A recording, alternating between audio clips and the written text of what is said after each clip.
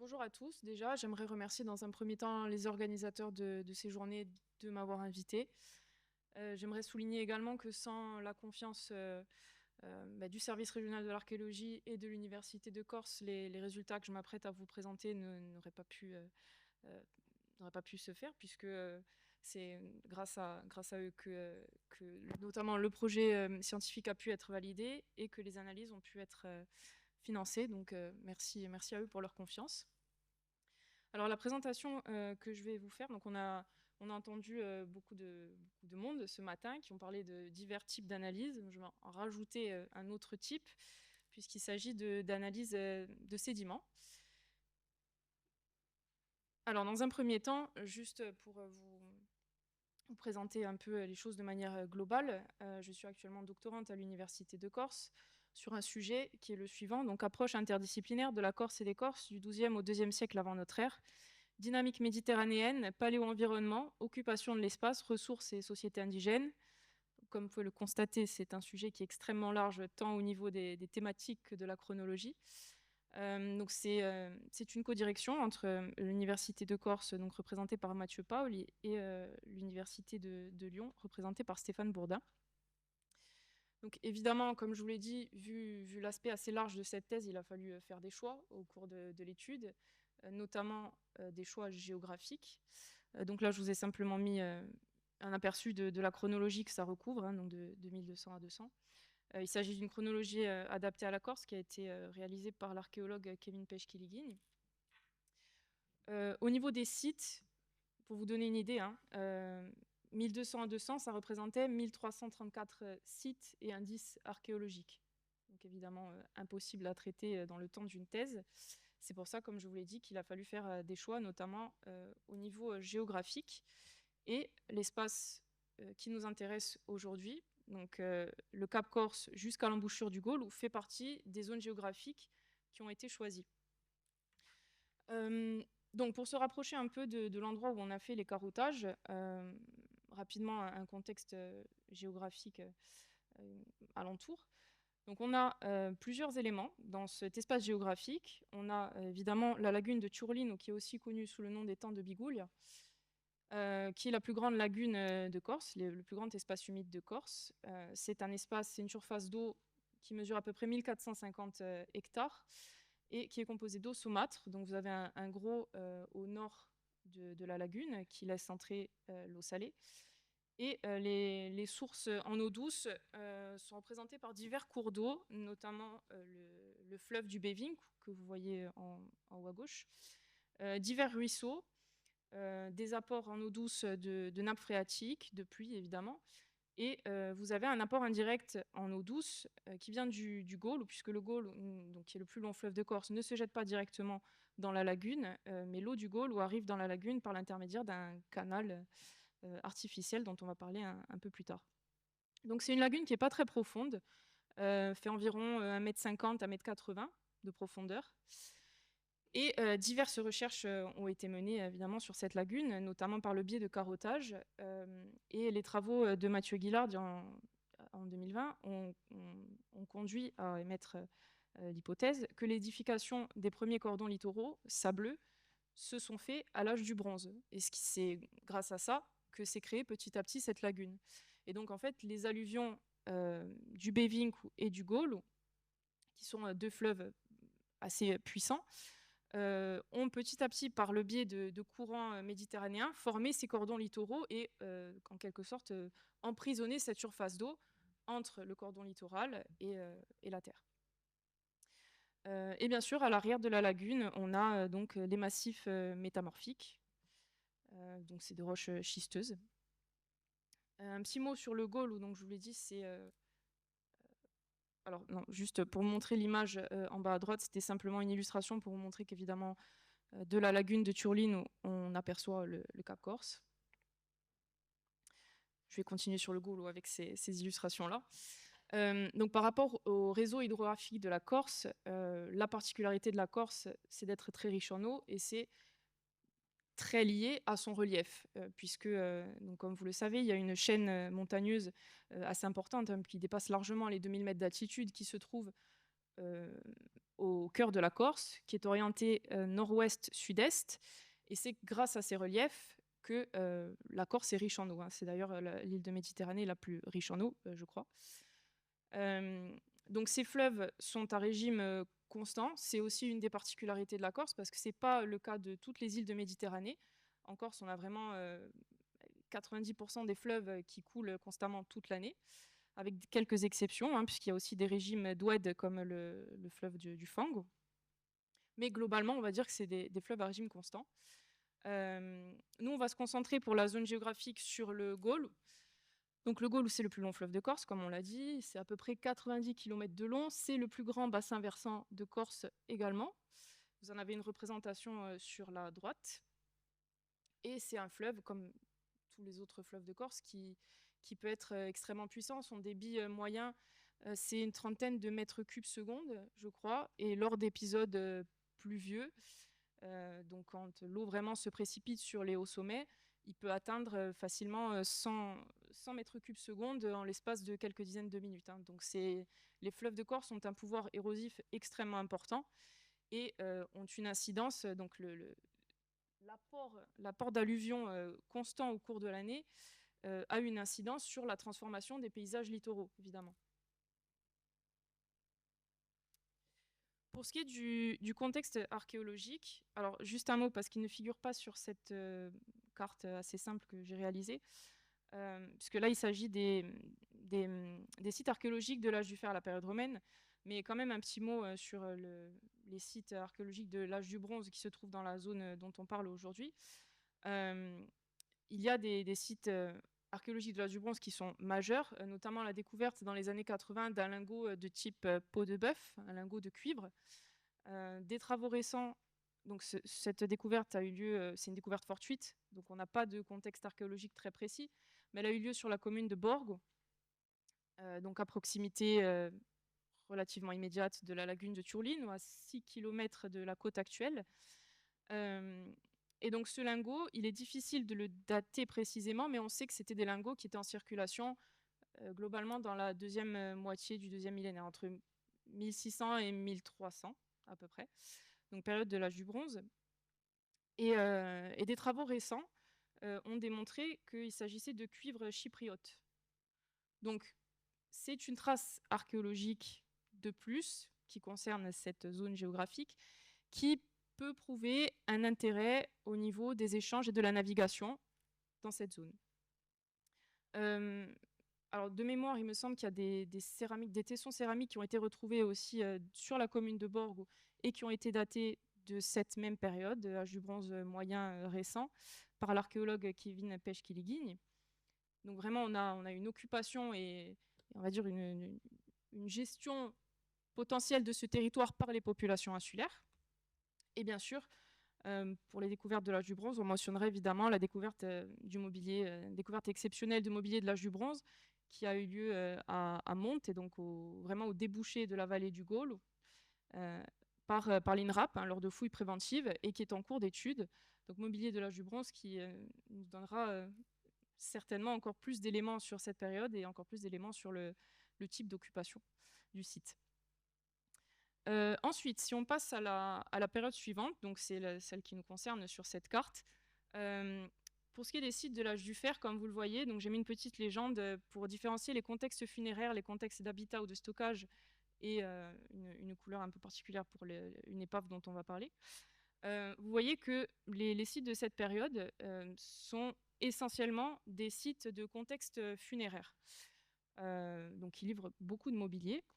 Et cette carte de répartition montre qu'il y a quand même une gestion de ces espaces et une occupation de ces espaces par les populations insulaires, même si on a retrouvé pour l'instant très peu d'habitats.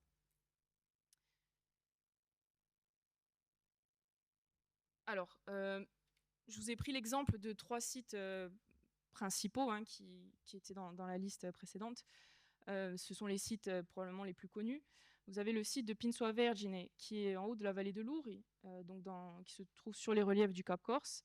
Le site de Cagnano, qui est de nouveau dans le Cap également. Et le site de la Tepa di Luciana, qui se trouve près du village de Mourad, dans le Nebbio. Donc à eux seuls, ces 3 sites ont livré plusieurs milliers d'objets. Et parmi ces objets, il y a des objets de fabrication locale et des objets d'importation.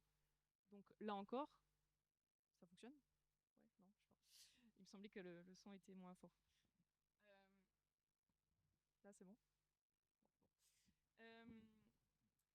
Donc à lui seul, ce mobilier qui a été retrouvé témoigne d'échanges entre les populations locales et l'extérieur. Il n'y a plus de son, hein. C'est la coupure repas. Bon, après, si on m'entend, je peux parler même normalement. Ça va là? Non, hein? Ah, ok. Là, c'est bon? Ah oui, là, c'est bon. Ok. Donc, je disais, à eux seuls, les mobiliers qui ont été découverts témoignent d'échanges entre les populations locales et les populations, je dirais, halogènes, hein, les mobiliers d'importation. Et donc, forcément, on peut estimer, être quasiment sûr qu'il y avait des espaces qui étaient dédiés à ces échanges, des espaces portuaires, dans des petites anses, par exemple, ou dans des espaces lagunaires, comme celui qui nous concerne. Alors, je vous ai mis comme exemple des photos du Pinsoa Vergine.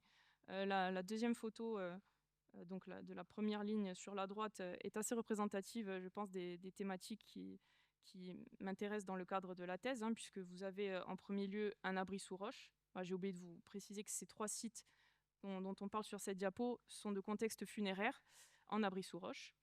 Et donc vous avez ici un abri sous roche, et en arrière-plan, vous avez l'île de Capraille, et bon, la photo est petite, mais on voit pas très bien. On voit aussi les îles la côte de la péninsule italienne. Donc en fait, ces populations étaient en communication visuelle constante avec celle de la péninsule italienne qui était juste en face.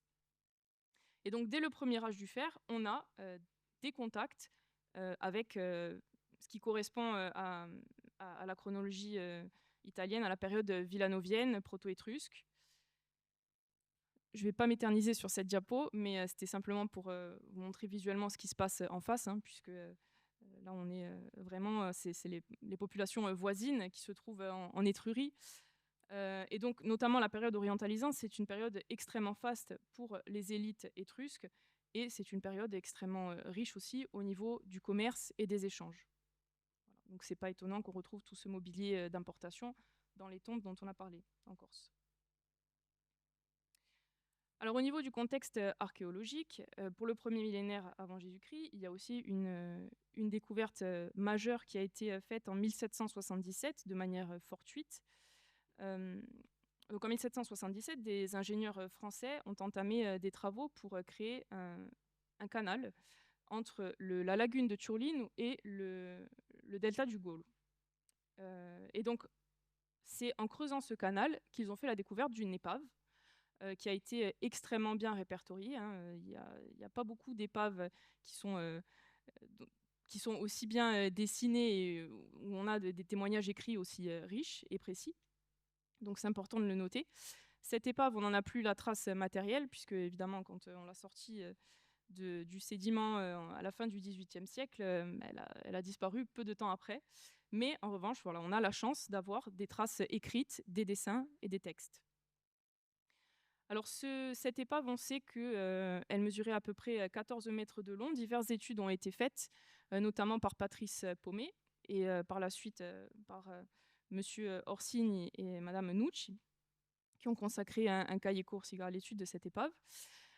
Patrice Paumet a déduit par l'intermédiaire des divers témoignages qui décrivaient les matériaux, les techniques de construction, il en a déduit que cette épave datait du 7e, 6e siècle avant notre ère. Donc c'est la chronologie qui concerne directement la thèse. Cette épave-là, elle a été retrouvée là où se trouve la petite étoile jaune. Ça, c'est un document qui est extrait.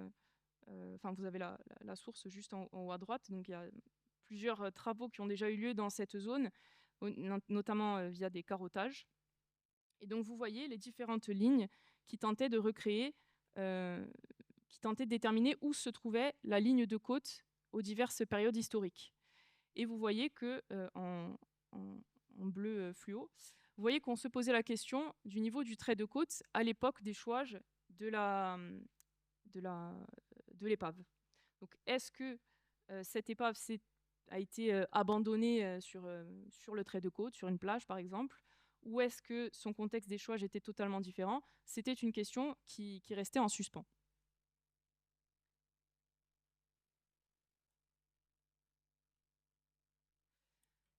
Alors, c'est pour ça que a été décidée une opération de carottage.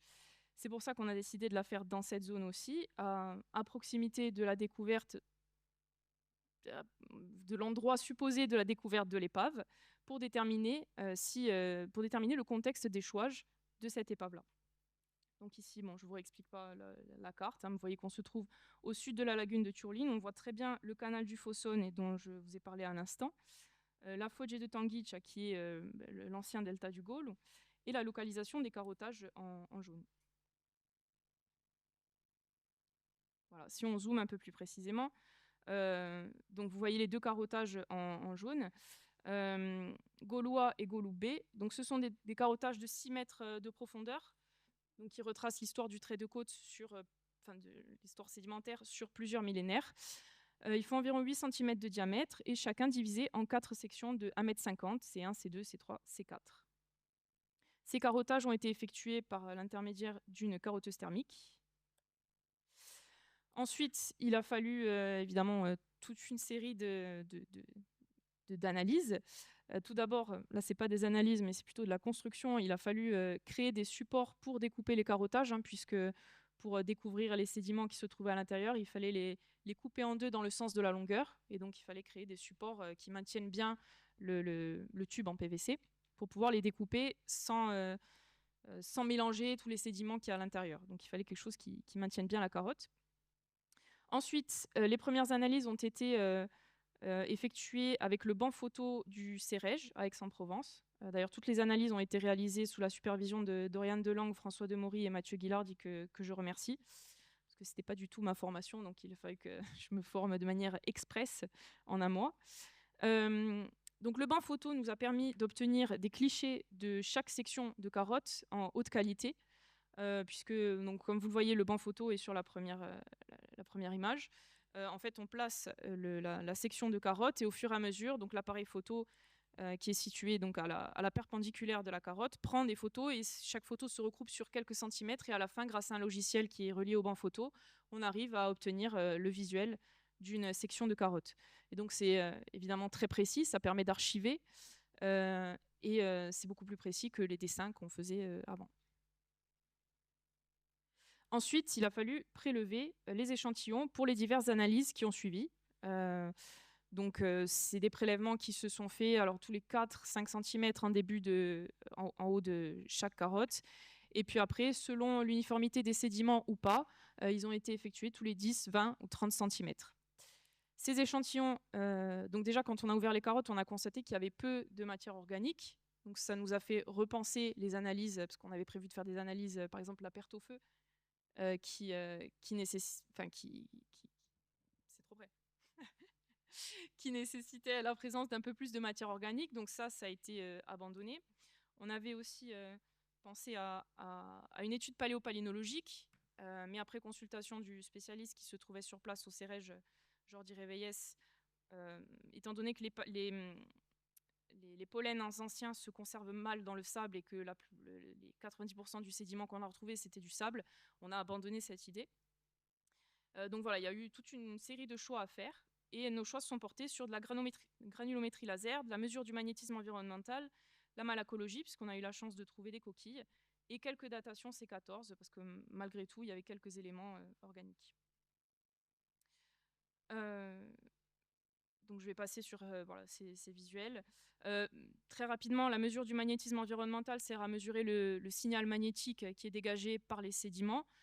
Ces données-là combinées à la granulométrie laser, donc la granulométrie laser, c'est pour quantifier et mesurer chaque particule qui est contenue dans les échantillons, pour qualifier le sédiment, savoir si c'est du limon, de l'argile, du sable, et surtout les proportions de chaque type de sédiment dans chaque échantillon.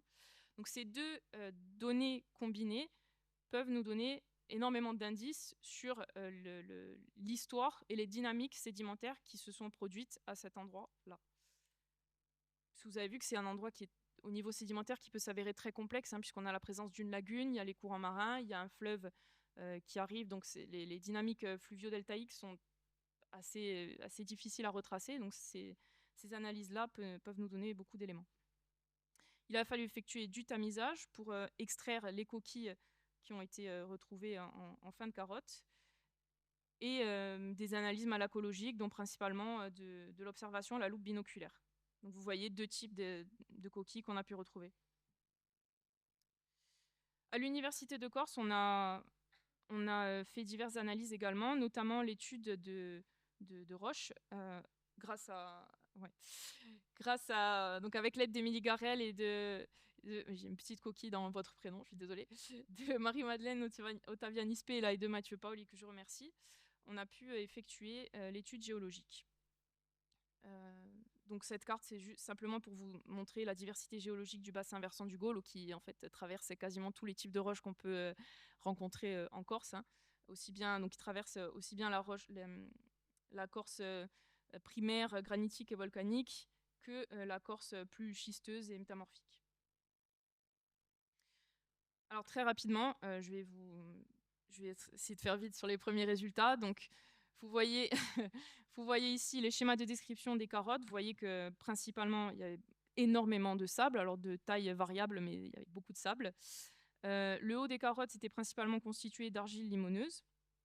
Et on avait du sable fin au fond de la carotte gaulois, sable fin qui emprisonnait les fameuses coquilles. On a pu obtenir quelques datations. Donc pour l'instant, on en a 2. On a pu dater une coquille qui remonte à la période néolithique, donc qui est en fond de carotte gaulois.